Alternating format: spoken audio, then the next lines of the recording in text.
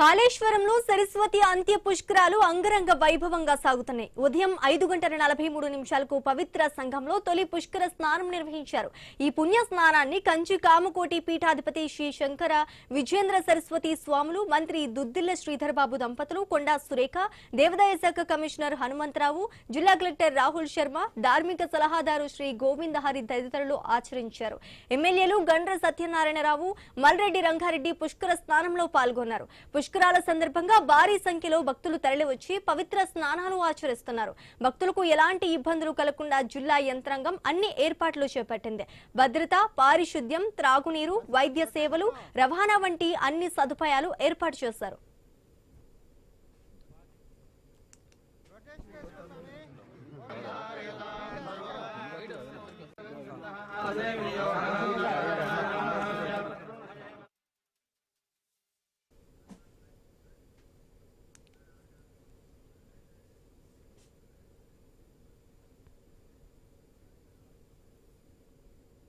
కాళేశ్వరంలో సరస్వతి అంత్య పుష్కరాలు అంగరంగ వైభవంగా సాగుతున్నాయి. ఉదయం 5:40 పవిత్ర సంఘంలో తొలి పుష్కర స్నానం నిర్వహించారు. ఈ పుణ్య స్నానాన్ని కంచి కామకోటి పీఠాధిపతి శ్రీ శంకర విజేంద్ర సరస్వతి స్వాములు వాళ్ళందరూ దర్శించుకున్నారు. ఇక ఇదే అంశానికి సంబంధించి మరింత సమాచారం మా ప్రతినిధి ప్రశాంత్ లైవ్ ద్వారా అందిస్తారు.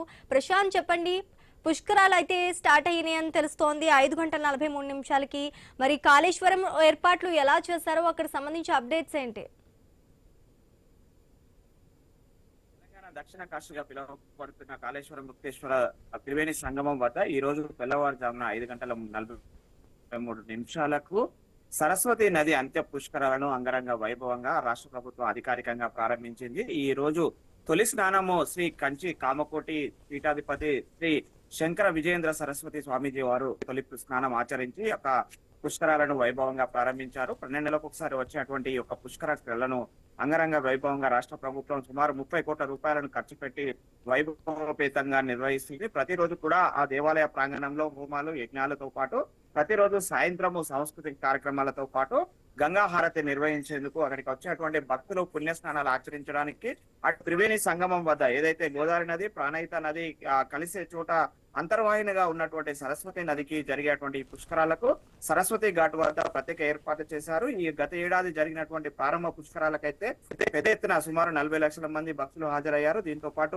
ఈసారి కూడా సుమారు 40 లక్షల మంది భక్తులు హాజరయ్యేందుకు అయితే ప్రత్యేక ఏర్పాట్లు చేశారు. అయితే ఈ యొక్క పుష్కరాలకు సంబంధించినటువంటి ఆ విశేషాలు కావచ్చు, ఈ యొక్క పుష్కర యొక్క పవిత్రతకు సంబంధించి తెలుసుకోవడానికి మనతో పాటు వేద పండితులు ఉన్నారు. వాళ్ళతో అడిగి తెలుసుకునే ప్రయత్నం. అది చెప్పండి, ఈ యొక్క సరస్వతి పుష్కరాలు, అంత్య పుష్కరాలు ఈ రోజు అంగరంగ వైభవంగా ప్రారంభమయ్యాయి. ఈ యొక్క పుష్కరాల విశిష్టత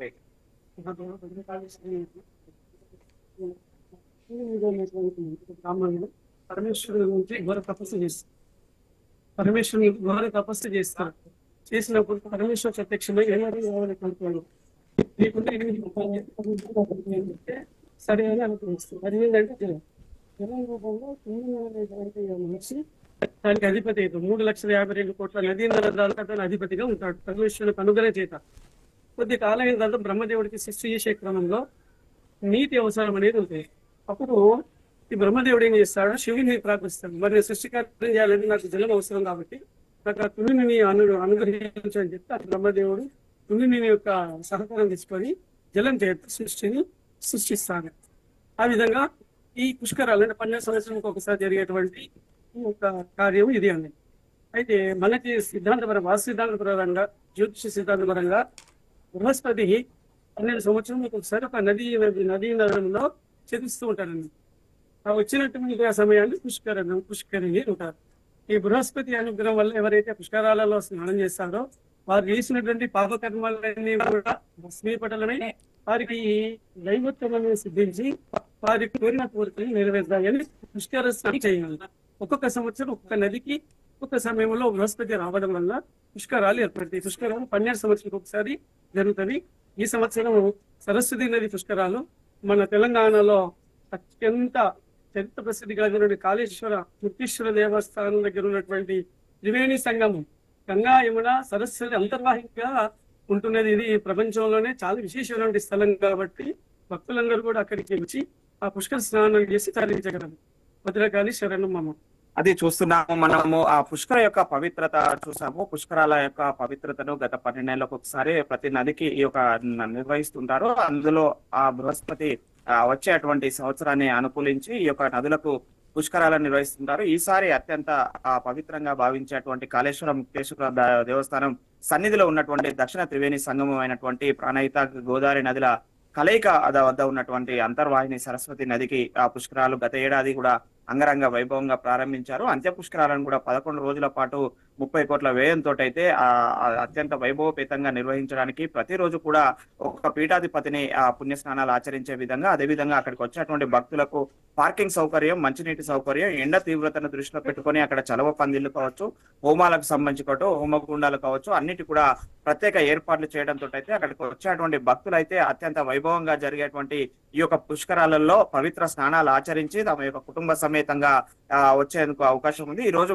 తొలి రోజు అటు రాష్ట్ర గవర్నర్ తో పాటు రాష్ట్ర ముఖ్యమంత్రి, మంత్రులు, ఎమ్మెల్యేలు, ఎమ్మెల్సీలు అంతా కూడా ప్రజా ప్రతినిధులు ఈ 11 రోజుల పాటు వాళ్ళ వీలును పట్టి పాల్గొనే అవకాశం ఉన్న నేపథ్యంలో అక్కడ భారీ పటిష్టమైన భద్రత కూడా ఏర్పాట్లు చేశారు. ఇది తొలి రోజు అయితే అటు శంకర విజేంద్ర సరస్వతి స్వామీజీచే తొలి పుష్కర స్నానం ఆచరించి ప్రారంభించడంతో అయితే అటు మంత్రులు దుద్దిల శ్రీధర్ బాబు, కొండ సురేఖ, అదేవిధంగా దేవాదాయ ధర్మశాఖ అధికారులు అంతా కూడా అక్కడ ఈ మొదటి స్నానం స్వామీజీతో పాటు ఆచరించి అనంతరము ఆ దేవస్థానంలో ప్రత్యేక పూజలు నిర్వహించి దర్శనాలు కూడా పూర్తి చేసుకున్నారు. ప్రస్తుతానికైతే పుణ్యస్నానాలు కాళేశ్వరం వద్ద కొనసాగుతున్నాయి. Right, thank you Prashanth.